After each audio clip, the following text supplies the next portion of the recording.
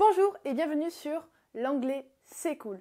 Aujourd'hui je vais vous parler du Present Perfect be-ing.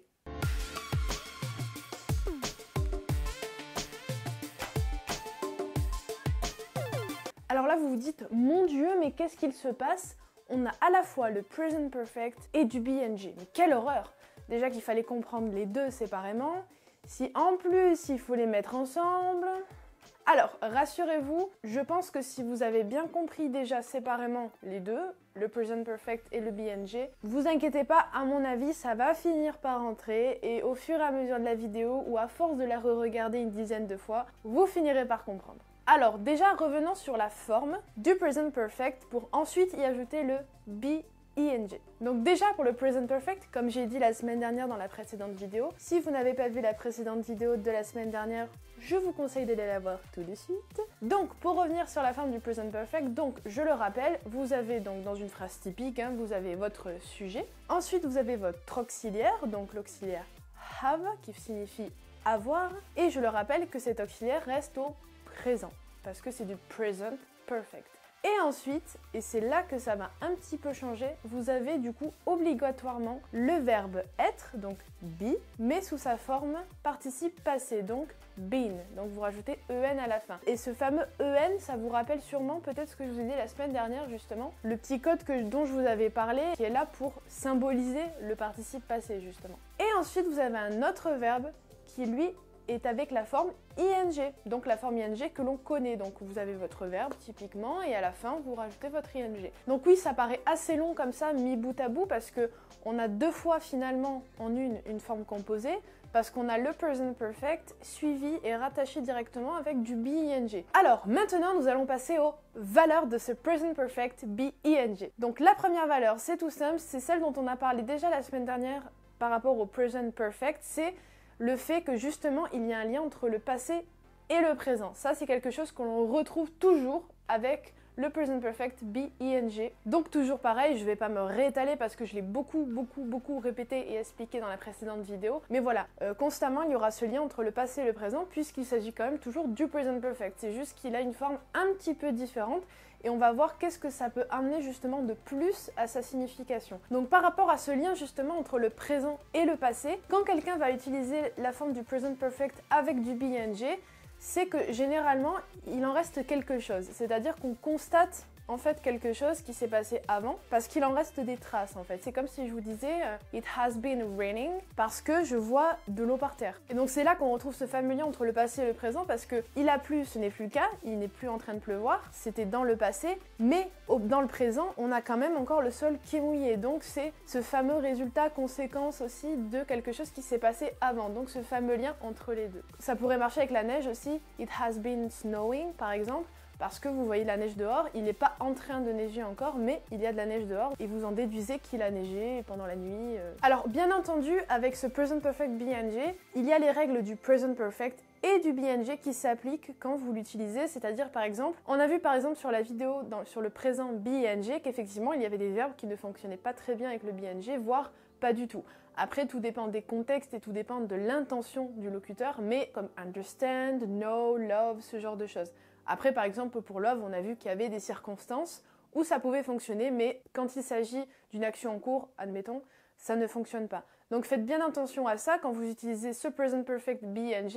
Pensez aux règles en fait de base des deux, séparément, et ensuite dites-vous que ça fonctionne toujours, même s'ils sont ensemble. Alors, le fait que l'on rajoute du be-ing au Present Perfect, ça peut ajouter une forme de justification, c'est-à-dire qu'on insiste. Et là, de nouveau, on retrouve une règle du be-ing qui est très connue. Il permet d'ajouter quelque chose quand même supplémentaire, il n'est pas là par hasard. Il y a des situations dans lesquelles on va forcément retrouver que le Present Perfect simple et des situations dans lesquelles on va retrouver forcément du Present Perfect be-ing. Donc il y a des situations où le be-ing que l'on va rajouter au Present Perfect va permettre, si vous voulez, d'aller un peu plus loin. Quand par exemple on remarque quelque chose et on remarque le résultat ou les conséquences d'un événement passé, ça va permettre de rajouter encore du poids en fait à cette conséquence et du coup à ce fameux lien entre le passé et le présent donc, et à ajouter quelque chose de plus personnel parce que comme vous le savez, enfin je l'espère, tous les temps simples en anglais, donc que ce soit le présent simple, que ce soit le prétérit simple, que ce soit le present perfect simple aussi, en fait ils ont une valeur plutôt neutre dans le sens où effectivement quand même le present perfect a un petit peu plus de complexité parce qu'il y a ce lien entre le passé et le présent,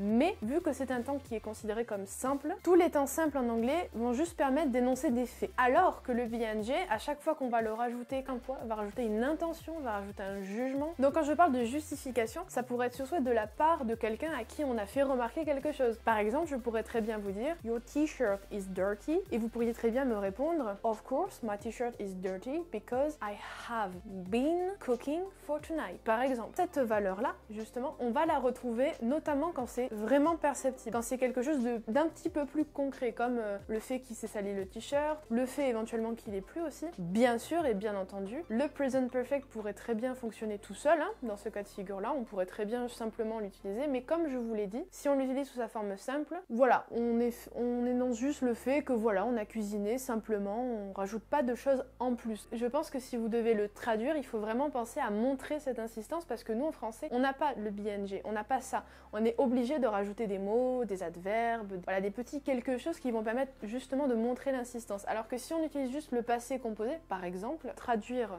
cette phrase que je vous ai dite, on ne serait pas allé jusqu'au bout finalement de la traduction et de l'intention surtout de départ qui est présente en anglais. Vous savez, le BNG c'est un peu ce petit grain de sel, vous voyez? C'est cette personne un peu relou là qui vient vous voir tout le temps et qui, voilà, elle est obligée de rajouter son petit grain de sel. Et ben le BNG c'est penser que le BNG c'est une personne relou. Voilà, peut-être ça va vous aider à retenir, je sais pas. Autre valeur que l'on a vu déjà avec le BNG, que ce soit avec le présent ou le prétérit, c'est quand on veut parler de quelque chose qui nous saoule. Ça peut être une accusation, un reproche. Donc à chaque fois que je vous donne une valeur, il faut surtout pas oublier que le present perfect il est là pour faire le lien et le pont entre le passé et le présent et que le BNG lui rajoute ses petites valeurs, son petit grain de sel à chaque fois. Si vous parlez à quelqu'un de quelque chose que vous lui reprochez, qu'il a fait dans le passé et qui est toujours en lien avec le moment présent, ben le BNG, donc déjà non seulement vous insistez quand même déjà de base avec le present perfect en lui disant voilà t'as fait ça hier, ok, dégueulasse le gars, et en plus vous rajoutez le BNG, donc voilà, là vous êtes au maximum de la saoulerie quoi, vraiment vous en avez marre quoi, donc du coup ça va rajouter vraiment un truc en plus. Vous pourriez très bien dire, je sais pas, quand on était petit par exemple et qu'il restait une dernière part de gâteau et qu'on s'était dit je me la garde en rentrant de l'école, imaginez que vous ayez un frère ou une sœur, que ce frère ou cette sœur, ben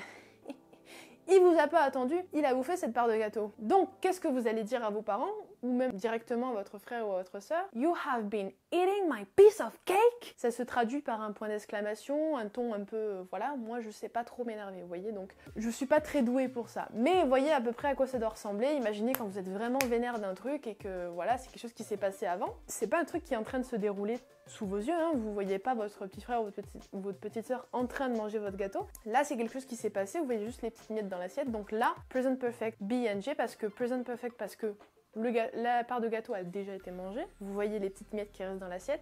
Et quand vous êtes grave saoulé, hop, on rajoute son petit BNG pour vraiment insister et pour dire oh my god, mais tu m'as... voilà, j'ai envie de t'étriper quoi. Dernière valeur de ce present perfect BNG, c'est une valeur qui ressemble à ce qu'on a vu la semaine dernière justement avec le present perfect simple. C'est quand on veut exprimer le fait que quelque chose vient de se passer. Donc là pour le coup, peut-être que c'est un petit peu ambigu pour vous et que vous voyez pas trop la nuance, mais c'est exactement ce qu'on a vu la semaine dernière, c'est-à-dire qu'il y a cette valeur entre passé et présent, donc quelque chose vient juste de se terminer, donc avec la formulation venir de, et puis le reste de votre phrase. Et là avec le ING en fait ça va vraiment insister de nouveau sur le fait qu'on vient juste de faire quelque chose. Pour vous donner un exemple, pour différencier un petit peu les deux, si vous utilisez le present perfect simple, imaginez vous sortez du cinéma, vous êtes allé voir un film et vous venez de sortir du cinéma. Là, vous utilisez le present perfect, we have watched a movie.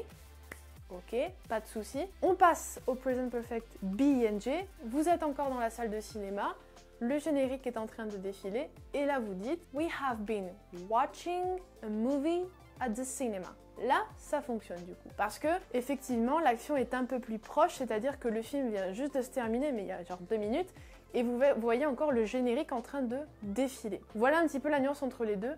Pour celui-ci, c'est normal si vous n'arrivez pas trop encore à faire la différence.